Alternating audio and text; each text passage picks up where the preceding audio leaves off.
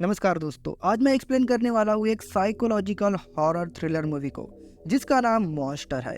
और यह मूवी की खास बात यह है कि यह मूवी में सिर्फ आपको 4 कैरेक्टर ही देखने को मिलने वाले हैं, जिससे आपको समझने में काफ़ी ज़्यादा आसानी होगी और आपको देखने में बहुत ही मज़ा आने वाला है।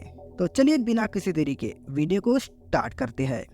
मूवी की स्टार्टिंग में हमें एक स्कूल को दिखाया जाता है जहाँ पर स्टूडेंट छुट्टी होने के बाद अपने घर जा रहे थे। तभी हम एक ब्लैक कलर की कार को देखते हैं जिसके अंदर एक बहुत ही भयानक आदमी बैठा हुआ था। आदमी का नाम जैक होता है। वह उन स्टूडेंट यानी कि बच्चों का पीछा कर रहा था। वो कुछ ऐसे बच्चों की तलाश में था जिनके माता पिता उन्हें वहाँ पर लेने ना आए हो। तभी हम एक लड़का और लड़की को देखते हैं। लड़के का नाम रेबिन होता है और लड़की का नाम अलाना। वो दोनों भाई बहन होते हैं जो कि अपनी साइकिल से लॉलीपॉप खाते हुए अपने घर जा रहे थे। और तभी हम जैक को देखते हैं जो कि एक अजीब सी स्माइल करता है जैसे कि उसे उसका शिकार मिल चुका हो। और अब अलाना और रेबिन घर जाने से पहले गेम खेलने के लिए जाते हैं जहाँ पर वो टेढ़ी जीतने की कोशिश करते हैं। वो काफी बार कोशिश करते हैं लेकिन दोनों में से किसी के भी हाथ में कुछ नहीं लगता है। वो दोनों इस बात पर एक दूसरे का मजाक भी उड़ाते हैं और फिर रेबिन के पैसे खत्म हो जाते हैं जबकि अलाना के पास अभी भी कुछ पैसे बचे हुए थे। वह उस टेढ़ी को जीतना चाहती थी लेकिन बार बार कोशिश करने के बाद भी अलाना को वो टेढ़ी नहीं मिलता है। तो वो परेशान होकर बाहर निकल जाती है और रेबिन को आवाज देने लगती है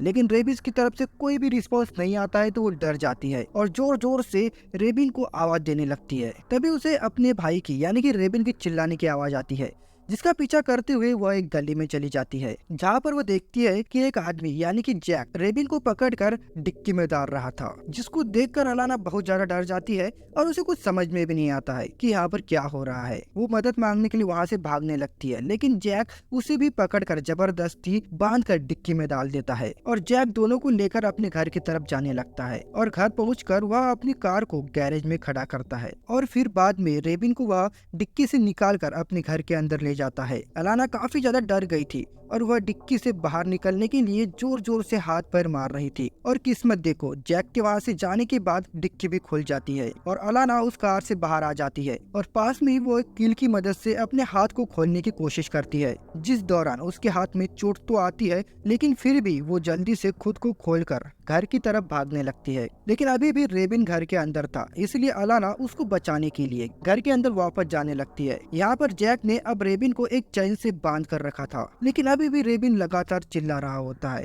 और फिर जैक रूम को लॉक करके वापस से नीचे आने लगता है। तब तक अलाना भी घर के अंदर वापस आ चुकी थी और जब वो जैक को अपनी तरफ आता हुआ देखती है तो वो तुरंत ही किचन के एक अलमारी में छिप जाती है जहाँ पर ढेर सारे कॉकरोच भी होते हैं। लेकिन अलाना किसी तरह से खुद के डर को कंट्रोल करती है और जब तक जैक वहाँ से बाहर नहीं चला जाता वो वहीं पर बैठी रहती है। और फिर जैसे ही उसको मौका मिलता है तो वो बाहर आकर गेट के पीछे छिप जाती है। जैक की नजर भी उस पर पड़ने ही वाली थी लेकिन उसकी किस्मत फिर से अच्छी निकलती है और इस वजह से जैक अभी उस पर ध्यान नहीं देता है और अपनी चाय लेकर सोफे पर बैठता हुआ आराम से टीवी को देखने लगता है। और इतने में ही बाहर एक आदमी आता है जिसने जैक को एक बॉक्स दिया था और हमें आगे इस बॉक्स से लेकर बहुत ही बड़ी भयानक चीज पता चलने वाली है। खैर, अभी जैक उस बॉक्स को लेकर वापस से सोफे पर बैठ जाता है। तभी अलाना भी सोफे के पास आकर छिप जाती है। अब पास में लगे हुए एक मिरर से जैक वापस से अलाना को देखने वाला था मगर इस बार भी अलाना किसी तरह से सोफे के दूसरी तरफ आकर बैठ जाती है और अब रेबिन बहुत जोर से चिल्लाने लगता है, जिसको सुनकर वापस से जैक उसके पास आ जाता है और उसे धमकाते हुए चुप करने की कोशिश करता है। और हम अलाना को देखते हैं जो कि काफी परेशान थी। अलाना घर के अंदर इधर उधर घूम रही थी ताकि वह जल्दी से अपने भाई को बचाकर इस घर से बाहर निकल सके। और जैक फिर से नीचे आने लगता है। तभी अलाना डाइनिंग टेबल के नीचे छुप जाती है और फिर जैसे ही उसको मौका मिलता है वह सेकंड फ्लोर पर चली जाती है। ऊपर वह देखती है कि वहाँ पर बहुत सारे रूम्स होते हैं और उसी में से एक रूम में उसका भाई भी था जिसकी रूम की चाबी जैक के पास होती है। और इधर जैक भी अपने लिए और रेबिन के लिए खाना बनाकर वापस से आने लगता है और ऊपर अलाना भी रूम को चेक कर रही थी जिसमें से एक रूम के अंदर उसे ढेर सारा खून दिखता है। तभी उसे जैक के ऊपर आने की आवाज भी आने लगती है, जिसको सुनकर वो जल्दी से वहाँ पर ही एक रूम में घुस जाती है। और जैक भी रेबिन को खाना देकर रूम से बाहर आ गया था लेकिन अब जैक को शक होने लगता है कि उसके अलावा भी घर में कोई मौजूद है और फिर जैक भी चेक करने लगता है। दूसरी तरफ अलाना भी दूसरे रूम में लाइट जलाकर आसपास की चीजों को देख रही थी। उस रूम में असल में एक कैमरा रखा हुआ था जो कि ठीक बेड के सामने था। साथ ही साथ वहाँ पर अलाना को एक डायरी मिलती है जिसके अंदर बहुत सारे नाम लिखे हुए थे। और जब अलाना बेड के नीचे चेक करती है तो वहाँ पर ढेर सारे बच्चों की लाशें थी। तो अब आपको सब समझ में आ रहा होगा कि जैक असल में एक बहुत ही खतरनाक कातिल होता है। जो कि बच्चों को खत्म कर रहा था। साथ ही साथ वो उनकी गलत वीडियो बनाकर डार्क वेब पर और उसे बेचा करता था। अलाना ये सब देखकर बहुत डर जाती है और तब तक जैक ने भी उस रूम की लाइट को देख लिया था, जिसको नोटिस कर वो तुरंत ही उस रूम में आ जाता है और फिर तुरंत ही अलाना उस बेड के नीचे लाशों में छिप जाती है। जैक को भी पूरा यकीन हो जाता है कि इस रूम में कोई ना कोई है। वह अच्छे से उस रूम को चेक करता है, लेकिन उसे वहाँ पर कोई नहीं मिलता और जब वह बाथरूम में चेक करने के लिए जाता है तो अलाना भी जल्दी से अलमारी में छिप जाती है, क्योंकि जैक वहाँ पर ऑलरेडी चेक कर चुका होता है और वह वापस से वहाँ पर चेक नहीं करने वाला था। और बिल्कुल ऐसा ही होता है। जैक बाकी सब जगह पर चेक करता है मगर अलमारी में चेक नहीं करता है और फिर वह एक बच्चे की लाश को उठाकर अपने साथ रूम में लेकर जाता है, जहाँ पर अलाना भी उसका पीछा करते हुए शांति से पहुँच जाती है और देखती है कि जैक उस बच्चे की लाश को काट रहा होता है। उसमें से कुछ पार्ट निकाल रहा था, यानी कि उसकी बॉडी में से कुछ ऑर्गन्स निकाल रहा था और उसी बॉक्स में डालकर उस बॉक्स को घसीटता हुआ कहीं पर लेकर जाने लगता है। ये वही बॉक्स होता है जो कि एक आदमी उसे देकर गया था। ये सब देखकर अलाना बहुत डर जाती है मगर वो रोते हुए सबसे पहले छिप जाती है और जैक भी उस बॉक्स को खींचता हुआ नीचे लेकर जाता है, जहाँ पर वो आदमी गेट पर ही जैक का इंतजार कर रहा था, जिसने उसको वह बॉक्स दिया होता है। इसका मतलब यही था कि जैक वीडियो के साथ उन बच्चे के ऑर्गन्स को भी सेल किया करता था या फिर कुछ और। खैर, अब अपना काम खत्म करके जैक सो जाता है और उसकी रूम की चाबियां पास में ही एक टेबल पर रख देता है, जो कि अलाना देख लेती है।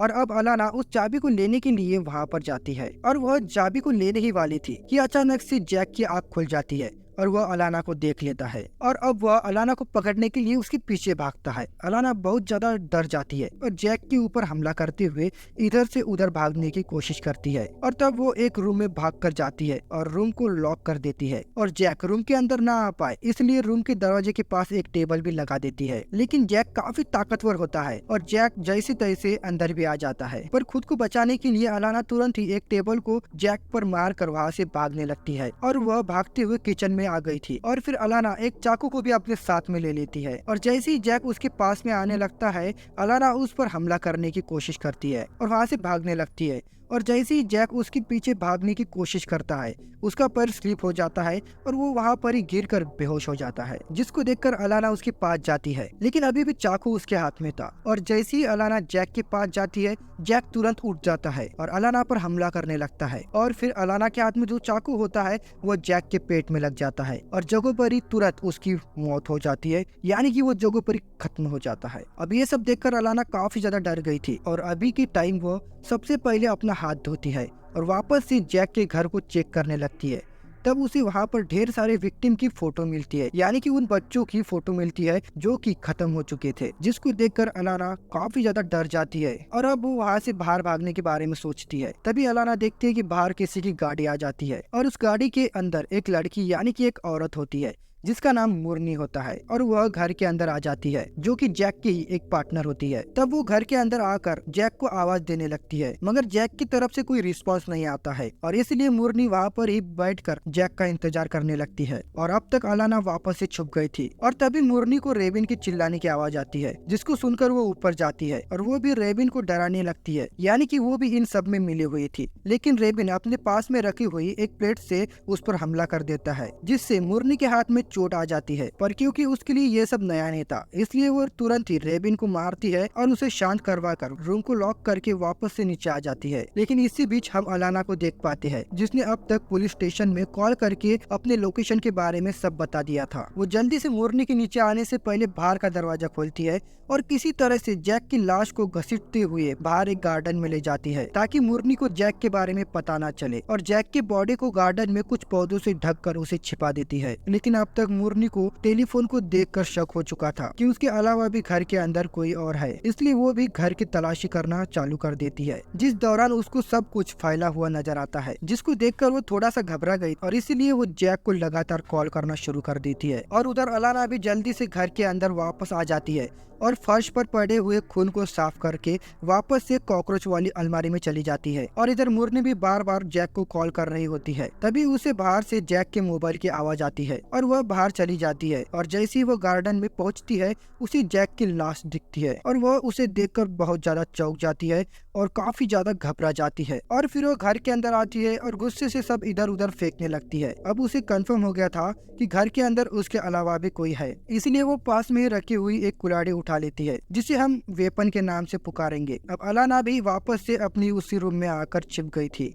जिसके अंदर वीडियो कैमरा रखा हुआ था। और मुरनी भी उसे ढूंढते हुए उसी रूम में आ जाती है। लेकिन मुरनी का मूड काफी ज्यादा खराब होता है, तो वह सबसे पहले नहाने के लिए चली जाती है। और तभी अलाना की एक गलती की वजह से सूटकेस नीचे गिर जाती है और मुरनी को आवाज आती है और वो तुरंत वहाँ पर आ जाती है। अब अलाना बेड के नीचे छुप गई थी, लेकिन मुरनी उसे देख लेती है, जिसको देखकर मुरनी तुरंत उसे पकड़ने की कोशिश करती है। लेकिन अभी अलाना किसी तरह से बचकर बाथरूम में घुस जाती है। लेकिन अभी भी लगातार मुरनी बाथरूम का दरवाजा खोलने की कोशिश करती है, पर वो उसको खोल नहीं पाती। इसलिए वो जल्दी से अपना वेपन लेकर आती है, जिसकी मदद से वो बाथरूम के गेट को ही तोड़ देती है। और अब वो अंदर आने की भी कोशिश करने लगती है। लेकिन अलाना के पास जो चाकू होता है वो उसकी मदद से उस पर हमला करती है और उसे अंदर आने से रोकने की कोशिश करती है। अब इससे पहले कि मुरनी कुछ कर पाती, उसी पुलिस की कार की सायरन्स की आवाज आती है। मुरनी भी अब सब कुछ समझ गई थी और इसीलिए वो तुरंत ही अलाना को वही छोड़कर रूम को लॉक कर नीचे चली आती है, जहाँ पर जाकर वो पहले टीवी की आवाज को फुल कर देती है, ताकि पुलिस वाले को चिल्लाने की आवाज ना आ पाए। जिसके बाद वो गेट खोलती है और तब पुलिस वाला उससे बात करते हुए पानी लाने के लिए कहता है। और मुरनी भी पानी लेने के लिए चली गई थी, लेकिन उससे बीच पुलिस वाला घर के अंदर घुस जाता है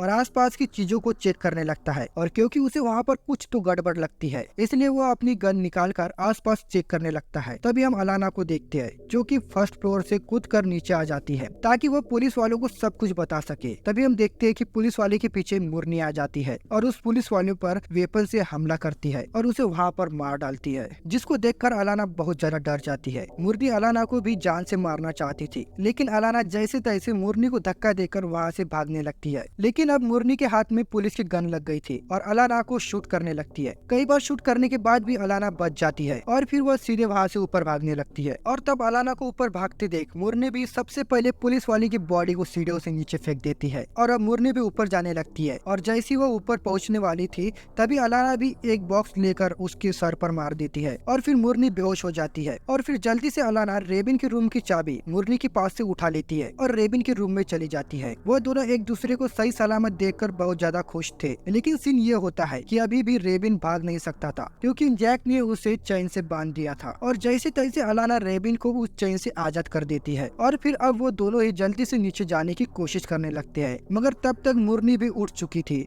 और वो भी अलाना और रेबिन को धोखे से मारने के लिए छिप गई थी। तब रेबिन, जिसको कुछ भी समझ में नहीं आ रहा था कि यहाँ पर क्या चल रहा है, वो पुलिस वाले की बॉडी देखकर अलाना के सामने जोर जोर से चिल्लाने लगता है। और तभी अलाना उसे चुप करवाती है और एक खिड़की तोड़कर बाहर जाने की कोशिश करती है। पर इसी बीच वापस से मुरनी वहाँ पर आ जाती है, जो कि उन दोनों पर हमला करने की कोशिश करती है। लेकिन अब तक मुरनी के पैर और हाथ में काफी ज्यादा चोट लग गई थी, वो काफी इंजर्ड हो गई थी। और इसी बात का फायदा उठाते हुए ये दोनों भाई बहन मुरनी को लात मारकर खिड़की से बाहर निकल जाते हैं। लेकिन इस बीच अलाना के पैर में नीचे पड़ा हुआ कांच घुस गया था और वो इसीलिए लंगड़ा कर चल रही थी। फिर वो दोनों पुलिस की कार के पास पहुँचते हैं, लेकिन अभी अलाना से चला नहीं जा रहा और इसलिए वो उस घर के गैराज में जाती है और वो जैक की गाड़ी का शीशा तोड़कर सबसे पहले अपने शूज को लेती है और को पान लेती है। उन्हें वहाँ से भागने के लिए अब एक साइकिल भी मिल गई थी, लेकिन जब तक वो वहाँ से निकल पाते तब तक वापस से मुरनी पहुँच जाती है और वो भी खुद लंगड़ा कर चल रही थी और ये साइकिल भी किसी न किसी विक्टिम की रही होगी। और फिर मुरनी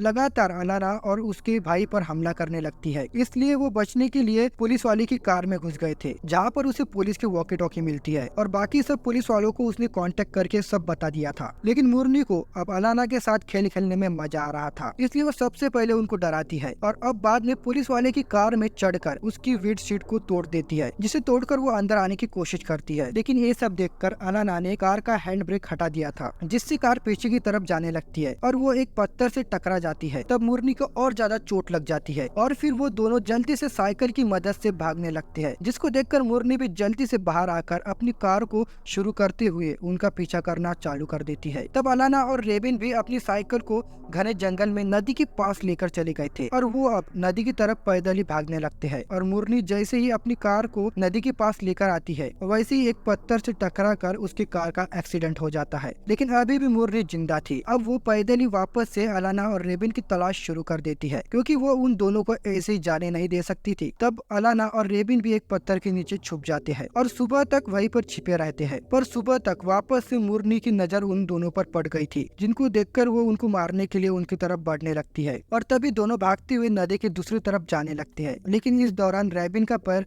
दो पत्थर के बीच में फंस जाता है, जिसको अलाना निकालने की कोशिश करती है। साथ ही साथ मुरली भी वहाँ पर पहुंच जाती है और वो जैसे ही उन दोनों को जान से मारने वाली होती है तभी पीछे से एक गोली आकर उसको लगती है, जिससे मौके पर ही उसकी मौत हो जाती है। तब हम ये देखते हैं कि वहाँ पर बहुत सारी पुलिस फोर्स आ जाती है, जो कि गायब हुए अपने एक साथी को ढूंढते हुए वहाँ पर पहुंच चुकी थी। और तभी पुलिस अलाना और रेबिन को रेस्क्यू करते हुए वहाँ से बचा लेती है और इसी के साथ मूवी यहाँ पर खत्म हो जाती है। आई होप आपको ये वीडियो और एक्सप्लेनेशन पसंद आई होगी। अगर आप चैनल पर नए हैं तो चैनल को सब्सक्राइब कर लीजिए, ताकि आपके पास मूवी एक्सप्लेनेशन वीडियो की नोटिफिकेशन सबसे पहले मिल सके। तो मिलते हैं दोस्तों इसी तरह की न्यू मूवी एक्सप्लेनेशन वीडियो के साथ। तब तक के लिए टेक केयर।